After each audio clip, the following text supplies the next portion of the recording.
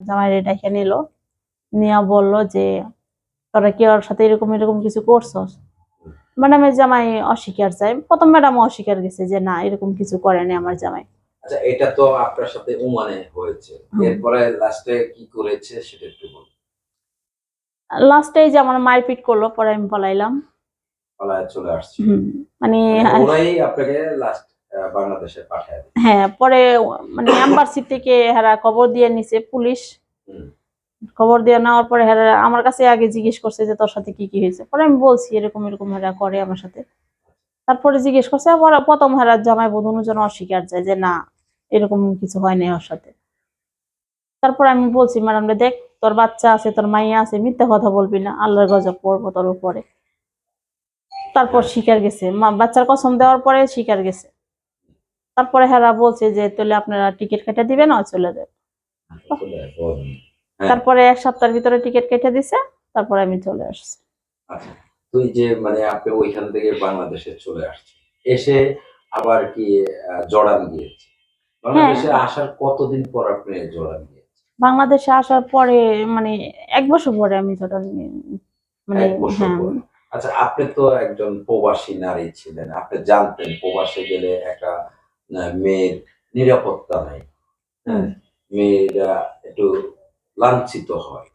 তো সবকিছু জেনেও আবার কেন জড়ান? ভাইয়া প্রবাসী জেলে যে মেয়েরা লাঞ্ছিত হয় তা ঠিক আছে, কিন্তু আমার দিক দিয়ে তো আমি মানে ইয়া ছিলাম। কেননা আমি তখন এখন আমি বুঝতে পারছিলাম তখন যে নিজে যদি শক্ত থাকি হাজারো ছেলে কোনো কিছু করতে পারবে না। আচ্ছা, হাজার মানুষ কোনো ক্ষতি করতে পারবে না। হ্যাঁ। জর্ডান যাওয়ার উদ্দেশ্য তো আসলে ওমান, প্রথমে তো ওমান গেছিলেন। ওমানে তো নিজেকে নিজে সেভ করতে পারেননি। হ্যাঁ, আপনি শিকার হয়ে গেছেন। তারপরেও আপনি আবারও সাহস করে কিভাবে জর্ডান গেলেন সেই কথাটা একটু বলেন। এই যে মানুষে বলে না যে পেটে ভাত না থাকলে অভাব দেশে স্বভাব নষ্ট হয়ে যায়, এরকম একটা হয়ে গেছিলাম। যেমন ওমান থেকে আসার পরে হ্যান্ডক্যাশ 1.5 লাখ টাকা আমার বড় বোনের কাছে ছিল। তা বড় বোনের সাথে যুদ্ধ করে 1 লাখ টাকা নিয়েছিলাম। নেওয়ার পরে বুঝিনি তো ঢাকা শহর 2টা বাচ্চা মানুষ করতে কতটুকু কষ্ট হয়। তো এতটুকু কষ্ট করার পরে 1 বছর পরে দেখি কি আর চলতে পারতেছি না। মানে এই অবস্থা হয়ে গেছে, রাস্তায় আমি ভিক্ষা বন্ধ করছি।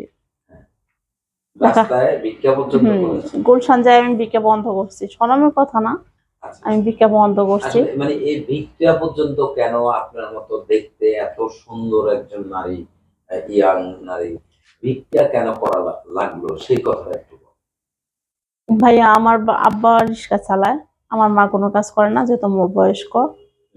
তো আমার 2টা বাচ্চা আছে, আমার মেয়ের আমি মানে মাদ্রাসায় পড়াই। তো এরকম একটা সময় আসছিল যে আমার বাসায় 3 বেলায় জায়গায় 1 বেলা খাবার ছিল না।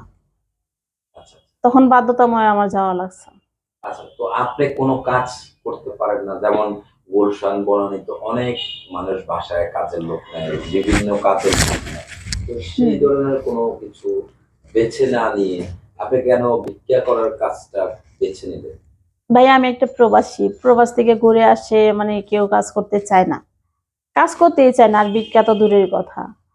তো প্রবাস থেকে ঘুরে আসার পর কেউ বাংলাদেশে কাজ করতে চায় না? হ্যাঁ, যেহেতু একটা মানুষ প্রবাস থেকে আসে।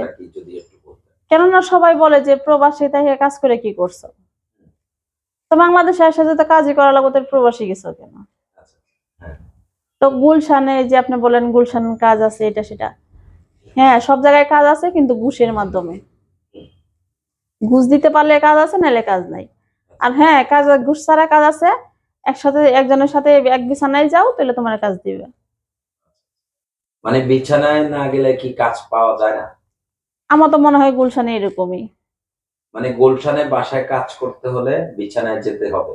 হ্যাঁ, কেননা একটা দারোয়ানের সাথে যদি বলি যে এই জায়গায় কোনো মানুষ রাখবো কাজের, বা সরাসরি তো গুলশান এলাকা তো বুঝেনি, সরাসরি তো গুলশান এলাকায় কোনো বাসায় হাউজে ঢোকা যায় না, একজনের মাধ্যমে যেতে হয়।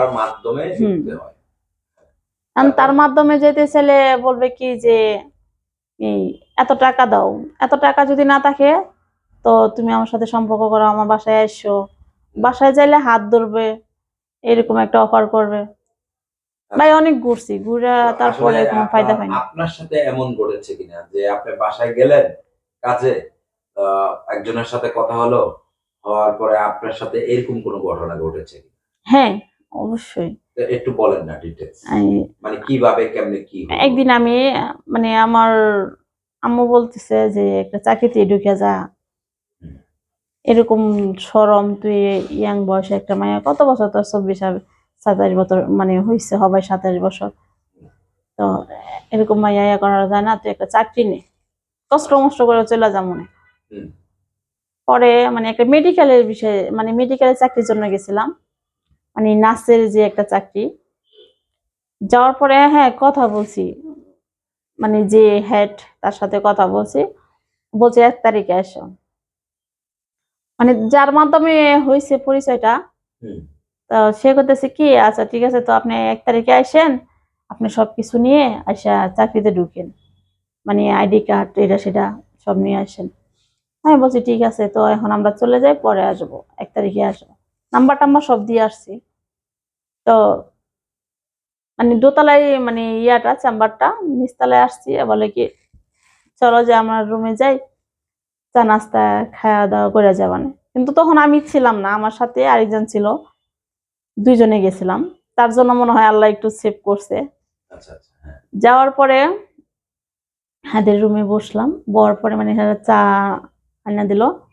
চা খাওয়ার পরে এই টুস করে হাত ধরে লাইলো, ধরে কয় কি, কয় ইয়া আইছে, রান্না বাড়া করে খাওয়া দাওয়া করে যাও।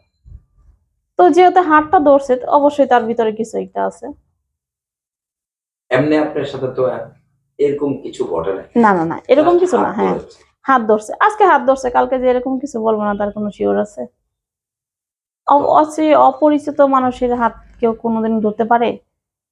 আপনার সাথেও কি ওরকম কোনো কথা হয়েছিল আগে, আগের পরে? না না না, এরকম এই কিছু? আমার লাইফে আমি এক জায়গায় এই চাকরির জন্য গেছিলাম, হুম, তারপরে এরকম হয়েছে আর কি। আচ্ছা। তো আসলে এই যে আপনার জীবনে অনেকগুলো ঘটনা ঘটেছে। তো সেই ক্ষেত্রে আপনি কতটুকু মানে নিজের থেকে শিখলেন যে আসলে কি করতে হলে কি ধরনের আ হ্যাঁ, হ্যাঁ, স্বীকার আপনার করতে কথাটা হয় বলছি। সেটা একটু বলেন? এখন মনে করেন যে আমি যা প্রবাসে বাংলাদেশে যা বুঝলাম, যে একটা নারী সিঙ্গেল থাকলে মানে সব রকমের সমস্যাতে মানে পড়তে হয়।